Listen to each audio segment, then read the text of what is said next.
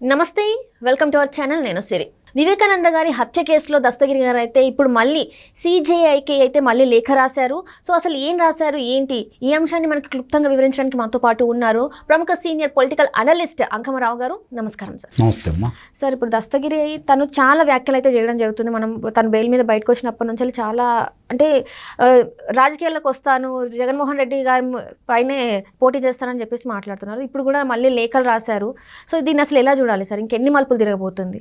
అంటే ఇక్కడ ఎన్నికల ముందు మీరు జగన్మోహన్ రెడ్డి గారు, భారతి గారు నాకు హామీ ఇవ్వటం కూడా జరిగింది.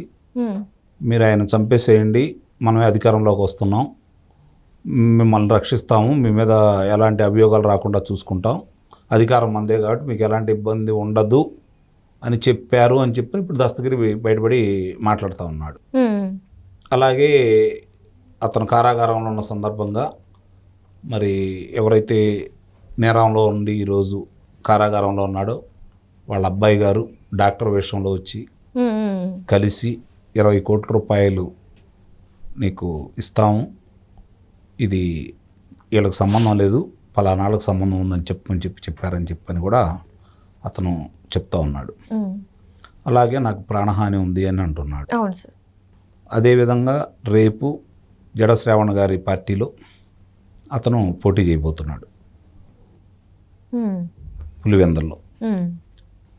ఇప్పుడు అతను అన్ని విధాల అతని మీద సామధాన భేద దండోపాయాలన్నీ ఉపయోగించారు. అతను అప్రూవర్గా మారిన తర్వాత, అంటే అప్రూవర్గా మారారంటే నేరం అంగీకరించడమే కదా, ఆ నేరం అంగీకరించాడు అతను.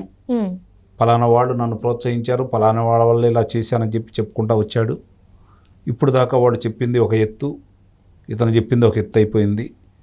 సునీత గారు చెప్పేదానికి ఇతను చెప్పేదానికి దగ్గర సంబంధాలు కనపడతా ఉన్నాయి. అట్లాగే సాక్షి పత్రికలో ప్రముఖంగా మొదటి పేజీలో చాలా వివరంగా ఈ అబ్బాయి చేతిలో గొడ్డలు పట్టుకొని వేసి వాళ్ళు ఒక కథనం ప్రచురించడం కూడా జరిగింది. దాన్ని దృష్టిలో పెట్టుకొని ఇలా చేశారు అని చెప్పని ఆయన చంద్రచూడ్ గారికి, వారికి సుప్రీం ప్రధాన న్యాయమూర్తి గారికి పంపించడం కూడా జరిగింది. వివిధ కొంతమందికి కూడా మరి ఎవరెవరికి పంపించాడనేది చెబుతున్నాడు. ప్రధానమంత్రి గారికి, రాష్ట్రపతి గారికి, అట్లా అందరికీ దాని గురించి వివరాలతో కూడింది పంపించాడు. అంటే ఇదంతా భారతి గారి ఆధ్వర్యంలోనే జరిగింది. జగన్మోహన్ రెడ్డి గారి తెలిసి ఆయన ప్రోత్సాహంతో ఈ హత్య జరిగిందని చెప్పని ఈరోజు చాలా బలంగా చెబుతున్నాడు దస్తగిరి. అయితే నేను చూస్తున్నట్టయితే అక్కడ కౌన్సిలర్ అయిన రాజశేఖర్ రెడ్డి అనే అతను కూడా వాళ్ళ వైఫ్ని బెదిరించడానికి కూడా వార్తలు వస్తున్నాయి. అంటే తన్నే చెప్పారు, ఇలా బెదిరిస్తున్నారు, బెదిరింపు చర్యలకు పాల్పడుతున్నారు అని చెప్పేసి. మరి ఇప్పుడు తిన్న పరిస్థితి ఎలా చూడాలి సార్? ఎందుకంటే కుటుంబ సభ్యులకే అక్కడ రక్షణ లేని పరిస్థితి. సో బయటకు వచ్చి ఇలాంటి అన్ని మాట్లాడుతుంటే మరి తిన్న పరిస్థితి ఎలా చూడాలి సార్ అసలు? అంటే ఇక్కడ ఏమవుతుందంటే అమ్మా, మామూలుగానే అక్కడ ఆ పులివెందులు కావచ్చు, కడప జిల్లాలో కావచ్చు, జగన్మోహన్ రెడ్డి గారికి వ్యతిరేకంగా మాట్లాడే ధైర్యం చాలామంది చేయరు. రెండోది, ఇలాంటి క్లిష్ట పరిస్థితుల్లో అభియోగాలు వాళ్ళ మీద మేపబడుతూ అన్ని వేళ్ళు అవినాష్ రెడ్డి గారికి, భాస్కర్ రెడ్డి గారికి, అలాగే జగన్మోహన్ రెడ్డి గారికి వారి సతీమణి భారతిరెడ్డి గారు వీళ్ళు చూపిస్తున్న సందర్భంలో ఈ జరుగుతున్న పరిణామాలు కనుక ఏదన్నా ఇతను అప్రూవల్గా మారి బయటకు వచ్చి ఉన్నాడు కాబట్టి ఇతనికి ఏదన్నా ప్రాణహాని జరిగితే ఇంకా ఎక్కువగా వాళ్ళే ఇబ్బంది పడిపోతారు.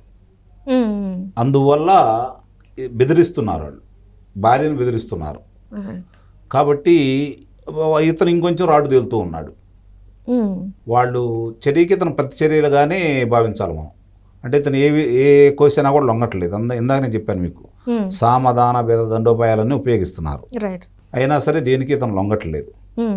ఇతను మరి అక్కడ జరిగింది ఇతనే హంతకుడిగా సిబిఐ వాళ్ళు కూడా నిర్ధారించారు కాబట్టి మామూలుగా గొడ్డలు ఎక్కడ కొన్నాము, ఎవరు జరిగింది, ముందు ఎవరు గొడ్డలు పోటు వేశారు, అన్ని వివరాలు అతను చెప్తున్నాడు కాబట్టి సహజంగానే మరి అతనే హంతకుడిగా అందరూ భావిస్తున్నారు కాబట్టి అతను చెప్పే దాంట్లో కొంత నిజం ఉందని మనం భావించాలి.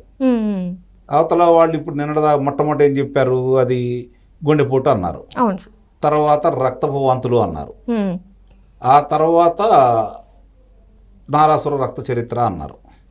అంటే ఒకదానికి పొంతం లేకుండా ఒక 6 గంటల సమయంలోనే కథనాలన్నీ మార్చేశారు. ఆ తర్వాత వచ్చిన తర్వాత జగన్మోహన్ రెడ్డి గారు వచ్చి నిన్న సునీత గారు కూడా ప్రశ్నించారు కదా, నీకు గొడ్డలి పూట అని ఎలా తెలిసింది? వైద్యులు ధృవీకరించకుండానే నువ్వు ఎలా చెప్పావు? ఎన్ని పోట్లు పడ్డాయి, ఎన్నిసార్లు గొడ్డలతో నరికారు, బాత్రూమ్ నుంచి మామూలుగా బెడ్రూమ్లోకి ఎలా తీసుకొచ్చారు, బెడ్రూమ్ నుంచి బాత్రూంలోకి ఎలా, ఈ అన్ని వివరాలు ఎలా చెప్పగలిగావు?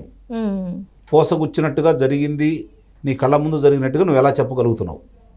ముందే నీకు తెలిసినప్పుడు నాకు ఎందుకు చెప్పలేదు? ఇవన్నీ సునీత గారు ప్రశ్నిస్తూ ఉన్నారు కదా.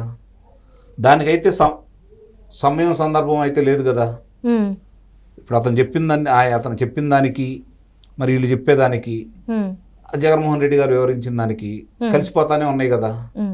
కాబట్టి ఇంకా బలం చేకూరుతూ ఉంది వాళ్ళ మీద. ఇప్పుడు అందరూ ఈరోజు అంతకుముందు జరిగినప్పుడు కొంతమంది నిజమే అనుకొని వీళ్ళు ప్రచారం చేసిన దానికి నమ్మి రాజకీయంగా లబ్ధి పొందిన మాట వాస్తవం. కానీ ఆ ప్రాంత ప్రజలందరికీ తెలుసు ఎవరి వల్ల అతను చనిపోయాడు, దీనికి కారకులు ఎవరు అని చెప్పని.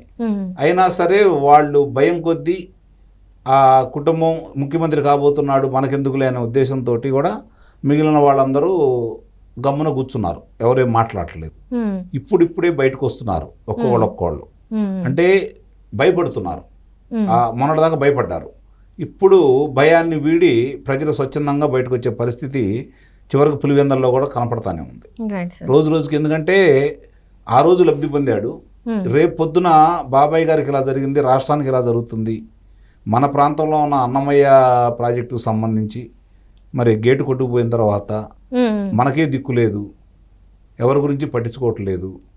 కాబట్టి ఇవన్నీ ఆలోచించుకొని మనకేదో న్యాయం చేస్తాడు రాజశేఖర రెడ్డి గారి లాగా అని చెప్పని భావించారు. కానీ ఈరోజు ఆ భ్రమలు తొలగిపోయాయి వాళ్ళకి. జరుగుతున్న పరిణామాలన్నీ చూసుకున్న తర్వాత ఈయన రాష్ట్రానికి ఏం ఉపయోగం లేదు, ఆయన సొంత సంస్థలకి స్వప్రయోజనాలకు తప్ప ప్రజల గురించి కానీ ఆ ప్రాంత ప్రజల గురించి కానీ తన నియోజకవర్గ ప్రజల గురించి కానీ ఈయన పట్టించుకున్న దాఖలాలు లేవు, ఉపయోగం ఏం లేదు. దీనివల్ల మనం ఇంకా అధోగతి పాలవుతాము, వలస పక్షులం అవుతామని చెప్పనే భావంలో వాళ్ళు ఉన్నారు. కాబట్టి ఈరోజు కూడా ప్రజలందరూ కూడా ఈ ఉన్న ప్రభుత్వం మీద, ముఖ్యంగా ఇది స్థానిక శాసనసభ్యుల కంటే కూడా జగన్మోహన్ రెడ్డి గారి యొక్క వైఫల్యంగానే భావిస్తున్నారు అందరూ. అంటే ఇప్పుడు దస్తగిరి చేస్తున్న ఈ వ్యాఖ్యల చర్యల వల్ల జగన్మోహన్ రెడ్డి గారి నెక్స్ట్ స్టెప్ ఎలా ఉండబోతుంది సార్? అంటే తదుపరి చర్యలు ఎలా ఉంటాయి, ఆయన ఏ విధమైన నిర్ణయాలు తీసుకుంటారు అంటే చాలా ధైర్యంగా మళ్ళీ తిరిగి నేనే అధికారంలోకి వస్తాను అని ఏ ధైర్యంతో ఉండాలనేది అర్థం కాని పరిస్థితి. మేకపోతు గాంభీర్యమా, లేకపోతే అతని దగ్గర ఉన్నటువంటి అస్త్రాలు ఏంటి, దేన్ని నమ్ముకొని ఎన్నికలకు వెళ్ళబోతున్నాడు, ఇంతమంది ఇన్ని వర్గాల వారు, ఇన్ని ప్రాంతాల వారు, ఇన్ని మతాల వారు అతని మీద వ్యతిరేకంగా ఉన్న సందర్భంగా ఏ ధైర్యంతో నేను మళ్ళీ తిరిగి అధికారంలోకి వస్తాను, 175కి 170 వస్తాయి అని చెప్పని చెప్పుకుంటున్నాడు.